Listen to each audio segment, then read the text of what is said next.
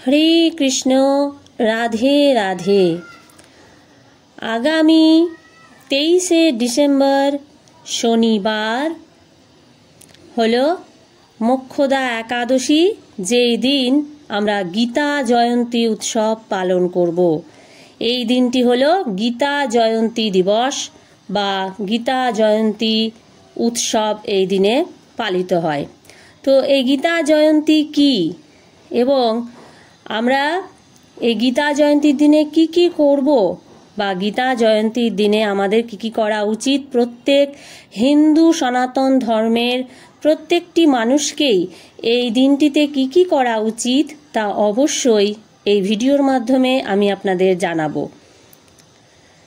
আমাদের হিন্দু সনাতন ধর্মের সমস্ত গ্রন্থের মধ্যে, সমস্ত ধর্মগ্রন্থের মধ্যে এই পবিত্র ধর্মগ্রন্থ হল শ্রীমদ্ ভগবদ গীতা, যা স্বয়ং ভগবানের মুখ নিঃসৃত বাণী, যার মাধ্যমে সমগ্র সংসার উদ্ধার লাভ করে। যে গীতা শাস্ত্রের মাধ্যমে সমগ্র জগৎ সংসারের কল্যাণ সাধন হয়ে থাকে। সেই গীতা শাস্ত্র আমরা জয়ন্তী দিবস পালন করতে চলেছি এই 23শে ডিসেম্বর।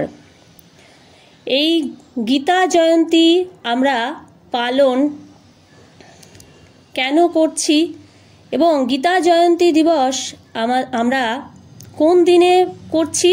মোক্ষদা একাদশীর দিনে। মোক্ষদা একাদশী অর্থাৎ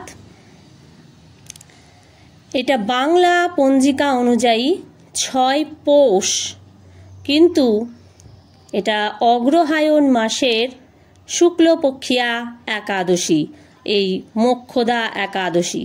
অর্থাৎ এই দিনে গীতা জয়ন্তী উৎসব পালনের মধ্যে দিয়ে আমরা মোক্ষ লাভ করে থাকি এবং এই দিনে একাদশী ব্রত যারা পালন করে থাকেন তারাও মোক্ষ লাভ করে থাকে। আমরা সকলেই জানি যে শ্রীমদ্ ভগবদ গীতা শ্রবণের মধ্যে দিয়ে এবং পঠন পাঠনের মধ্যে দিয়ে আমরা মনুষ্য জাতি এই সংসার থেকে মোক্ষ লাভ করে থাকি, ভগবত ধাম গমন করতে পারি, ভগবানের শ্রীচরণে আশ্রয় লাভ করতে পারি।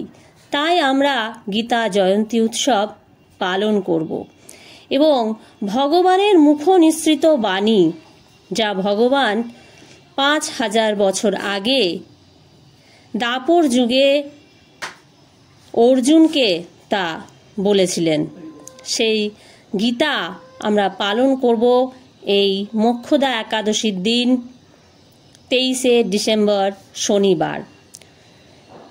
তো এই গীতা আমাদের কাছে এতটাই পবিত্র এবং এতটাই গুরুত্বপূর্ণ গ্রন্থ, পবিত্রতর গ্রন্থ, যা আমাদের জীবনকে এমন এক জায়গায় পৌঁছে দেয় যার মধ্যে দিয়ে আমরা জীবনের যে মূল সার তা আমরা জানতে পারি এবং আমাদের চলার পথ হয়ে ওঠে অত্যন্ত সুন্দর। আমরা এই মায়ার জগৎ থেকে নিজেকে মুক্ত করে ভগবানের শ্রীচরণে আশ্রয় লাভের উদ্দেশ্যে এগিয়ে যেতে পারি। এই গীতা শাস্ত্রের মধ্যে দিয়ে আমরা মোক্ষ লাভ করে থাকি। তাই গীতা জয়ন্তীর দিনে আমাদের যে বিশেষ বিশেষ কর্মগুলি করা উচিত তা হলো, এই দিনে আমরা অবশ্যই যেখানে যেখানে গীতা আশ্রমে, যেমন এলাহাবাদের সত্যগোপাল গীতা আশ্রম রয়েছে, সেখানে আমরা গীতা জয়ন্তী উৎসবে অংশগ্রহণ করতে পারি। কোনো ইস্কন মন্দিরে যদি এই গীতা জয়ন্তী উৎসব আমাদের হচ্ছে বলে আমরা শুনতে পাই বা জানতে পারি, সেখানে গিয়ে আমরা অংশগ্রহণ করতে পারি। এই দিনে বিভিন্ন মন্দিরে যে হোম যজ্ঞ করা হয়ে থাকে সেখানে আমরা অংশগ্রহণ করতে পারি। এছাড়াও যদিও আমরা এইসব গীতা জয়ন্তী উৎসবে যদি অংশগ্রহণ নাও করতে পারি, তবুও আমরা আমাদের বাড়িতে থেকেও গীতা জয়ন্তী উৎসব অবশ্যই পালন করতে পারি। এবং এই গীতা জয়ন্তী উৎসব আমরা কিভাবে সেটা পালন করব? আমাদের প্রত্যেকের বাড়িতে নিশ্চয়ই একটা করে শ্রীমদ্ ভগবদ গীতা রয়েছে, আর যদি নাও থাকে তো আমরা অবশ্যই এই গীতা জয়ন্তী উৎসবের দিনে একটি শ্রীমদ্ ভগবদ গীতা অবশ্যই সংগ্রহ করব। যে কোনো দোকান থেকে আমরা একটি গীতা অবশ্যই এই দিন কিনে ঘরে নিয়ে আসব এবং এই গীতার সেই দিনে তুলসী পত্র এবং পুষ্প নিবেদন করে এই দিনে গীতার পূজা করব। ভগবানের শ্রীবিগ্রহের সামনে এই গীতা রেখে তার ওপর অনেক অনেক তুলসী পত্র নিবেদন করব এবং পুষ্পমাল্য নিবেদন করব, ধূপ দ্বীপ দেখাবো। এছাড়াও এই দিন অবশ্যই আমাদের উচিত গীতা পাঠ করা অথবা গীতা শ্রবণ করা। এবং যে ব্যক্তি গীতা আগে থেকেই পঠন পাঠন করে থাকে তাদের উচিত অবশ্যই এই গীতার অন্তত একটি শ্লোক যেন অপরের কাছে যেন বর্ণনা করে।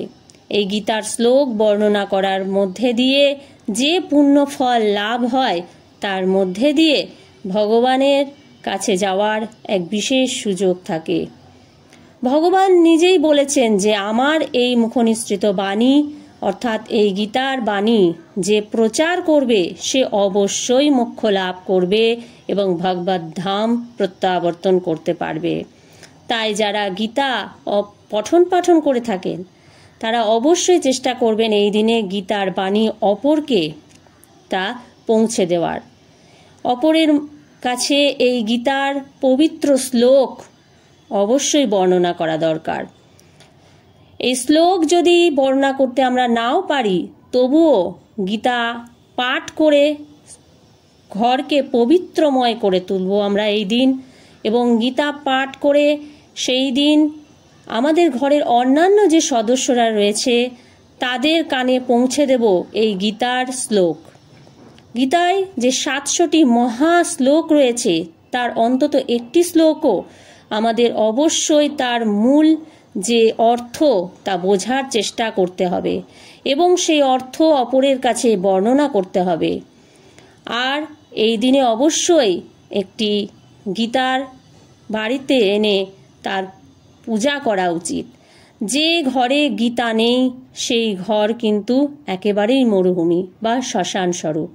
তাই অবশ্যই আমরা চেষ্টা করব যারা এখনো পর্যন্ত আমরা বাড়িতে গীতা এনে রাখতে পারিনি তারা অবশ্যই এই 23শে ডিসেম্বর মোক্ষদা একাদশীর দিন এবং গীতা জয়ন্তীর দিনে একটি গীতা সংগ্রহ করে বাড়িতে এনে সেই গীতা শ্রী চরণে প্রণাম জানিয়ে অর্থাৎ গীতা ভগবানের যে মুখনিসৃত বাণী তার উদ্দেশ্যে সহস্র কোটি প্রণাম জানিয়ে ভগবানের পূজার সাথে সাথে গীতার সুন্দরভাবে পূজা করে তাকে অধিক অধিক তুলসীপত্র নিবেদন করে এবং ভগবানের মুখনিসৃত বাণীর সামনে সঠিকভাবে ধূপ দ্বীপ প্রজ্বলিত করে আমরা পূজা করব এই দিনে। এবং তার সাথে সাথে এই গীতা অবশ্যই এই দিন একটি শ্লোক হলেও আমাদের পঠন পাঠন করা উচিত। এবং পঠন পাঠন শুধু একাই করব না, জোরে জোরে এই পাঠ করতে করতে বাড়ির প্রত্যেক সদস্যদের কানে পৌঁছে দেব গীতার শ্লোক, যার মধ্যে দিয়ে এই শ্রবণে এবং নিজের পঠন পাঠনে দ্বারা আমরা মোক্ষ লাভ করতে পারি। যারা একাদশী ব্রত পালন করেন না তারাও কিন্তু এই দিনে একটি শ্লোকও যদি গীতার পাঠ করে থাকেন বা শ্রবণ করে থাকেন অবশ্যই ভগবানের কৃপায় মোক্ষ লাভ করতে পারবেন। কারণ এই দিনটি হলো গীতা জয়ন্তী, যার মধ্যে দিয়ে আমরা মোক্ষ লাভ করবার সুযোগ পেয়েছি। তো অবশ্যই এই কাজগুলি গীতা জয়ন্তীর দিনে করুন এবং ভগবানের কৃপা লাভ করুন। রাধে রাধে, হরে কৃষ্ণ।